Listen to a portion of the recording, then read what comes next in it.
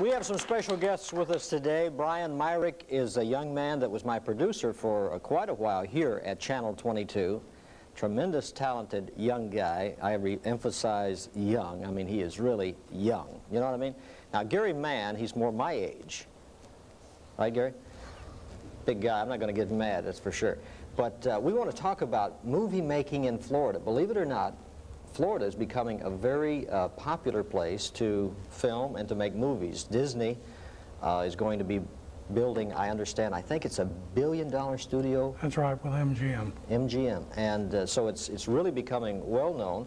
And we want to talk about that because both of you fellas know Christ as your personal Lord and Savior. And when we think of making movies, we always think, how can Christians be involved in that kind of thing? Brian? Well, we're not shooting a movie to portray anything bad. The movie that we're working on right now is not a whitewash by any means, but it has a message for the Lord in there somewhere. We had a man that is on secular television. He was talking about there's a way to get a testimony and a witness across, right, even when you sign off a program on secular television. And it's interesting that you should say that because it's almost the same kind of... in a way, you kind of blend your message in with what everybody in the world is interested in. Right. You just have to kind of sneak it up on them. Yeah. Now, this is your son. That's right. Even though your name is Gary Mann and his is Brian Myrick. That's right. How does that work out? Is this your your movie name? That is my movie name.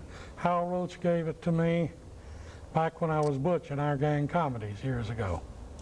Did you know that he was Butch in Our Gang? You didn't know that? I was the second Butch. Well, where have you been this morning? I just told you. See? My gracious. Huh? Yes, I knew before this. Yeah, he let me in on it. But I wouldn't have known. When you were a child star, did they treat you like a star? No. We had to go to school, do our bit, and then get out and do our work. And it was fun. When you had this, it has to be a gift to know when you look through a lens or whatever, what you want to see. There's a creative mind that goes on. When did you first discover that you had that ability? Well, it came gradually. I worked with John Ford, I worked with Stevens, I worked with Raoul Walsh, and a lot of other people. You know, I was their gopher, and you get it. But creativeness, I have.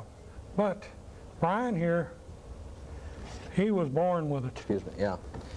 The thing that you see that probably other people don't see, we have a clip of actual footage, I believe, from a movie that were you actually filming parts of this? Right. I don't know exactly the spot that we're going to break into. What this is, it's kind of a promo for the movie we're shooting. Well, it's a montage. Is what it is. It's a montage, a collection of shots. Take a look at this.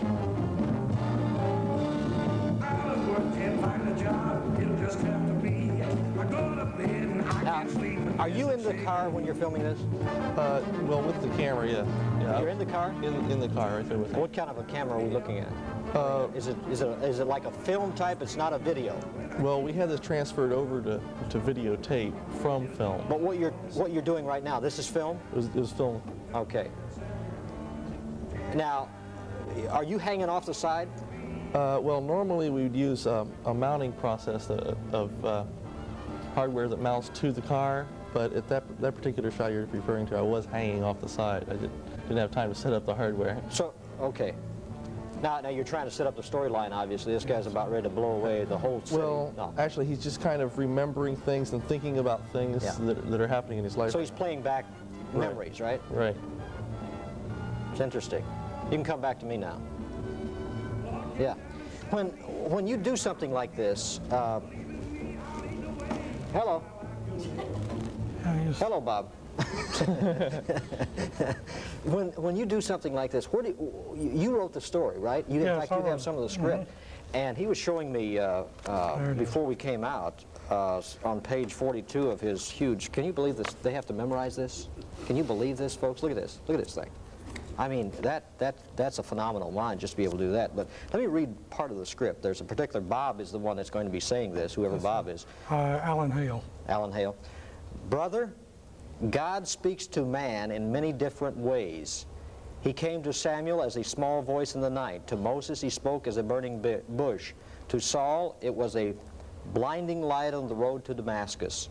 I don't know how or when he will speak to you, but you will know it when he does. Now this is part of your storyline. Amazing. That's right. And then another part of it, Bob speaks also again. Say no more, brother. I am not trying to cram my views or religion down your throat. If you want to ask me about Jesus, I will tell you what he has done for me and how you can have salvation. But I am here to serve my Jesus and my fellow man, not to preach to you. That is not my ministry. If I can help you in any way, ask and I will do so. You can get away with that? Yes, sir. I guess so, because it's your script. That's right. But it's interesting. Why would you do that? Why would you put something like that in this? Well, Brother Bob is a catalyst in the barrio. And this is a story about the gal that put up the $3 million cash bond in Miami years ago. It's actual true story? True story. This is docudrama. Its roots are in fact. Mm-hmm. And then she blew it. She, with her cohorts in Colombia, do $15 billion a year in cocaine traffic. That's coming in here and through Texas and Mexico. So this is talking about, what is going to be the title? White fire. White fire, meaning cocaine? Cocaine, and also Mark White, the hero, is working for a secluded agency of the government. Yeah. And the president, well, in fact, the president's already gone to Colombia and spoke with Betancourt, who is the president of Colombia, trying to get the people out. But even though we have extradition, we haven't got them yet. So, therefore, the law enforcement can't do anything about it, but these people can, and they do. Now, this is not the only script that you have. No. Do you consider, you act in some of them? Yes, I act in some of them. Okay. On a scale from 1 to 10, 10 meaning the top, how would you rate yourself as an actor? Oh, mediocre. I have a degree from Pasadena Playhouse in theatrical arts, and I've been it. I was on the old Roy Rogers and Gene Autry shows out of Republic Studios. I sang with the Sons of the Pioneers at one time. So it's I have a varied background, but acting is secondary. Writing and producing is what I like to That's do. interesting. You know, I want to be an actor. I don't know, did you know that? Did I ever share that? Because today I don't know if I can remember anything. But since I was that high, which doesn't put me a whole lot different now, does it? Let's see. No. But I always wanted to be an actor. And Gary Mann is going to write me into a script. Yeah, that's down the road in White Fire, right, too. Right. It is interesting that when you direct, now you're directing this one, aren't you? Yes, yes. Do you know when a guy just, I mean, you know, the line is just not there. He's not saying it correctly. Well, I've been known to throw pages of script out the window and say we can't use it because it just doesn't fit the But what about the actor? I mean, what if he's saying, you know, what if he opens up this thing or whatever and it says, okay, let me just say it. How long will you be with us, Sonora? And the guy just, I mean, it doesn't have any feeling. How long will you be with us, Sonora? How long will you be with us, Sonora? You know, I mean, how do you get the guy to say the way you want him to so that it fits? You actually get right down there in the exact position he's supposed to be in and say it yourself. And if he can't get it then, you keep trying to pull it out of him any way you can. And if they just can't get it, then you made a But most directors can't act. Did you notice? I mean, a lot of directors cannot act. Some of them do, but I mean, they can tell, but they can't do. But see, in our own mind, we know what we want the scene to look like. We know what we want the actor to say. Yeah. So what we have to do is get out there and portray that part the way we see it and the way we want it portrayed, and hopefully the actor will understand. Brian Myrick, Gary Mann. Good friends of ours, thank you so much for being. It's interesting, it really is. We're going to go away. We'll be right back with more things for Action 60s.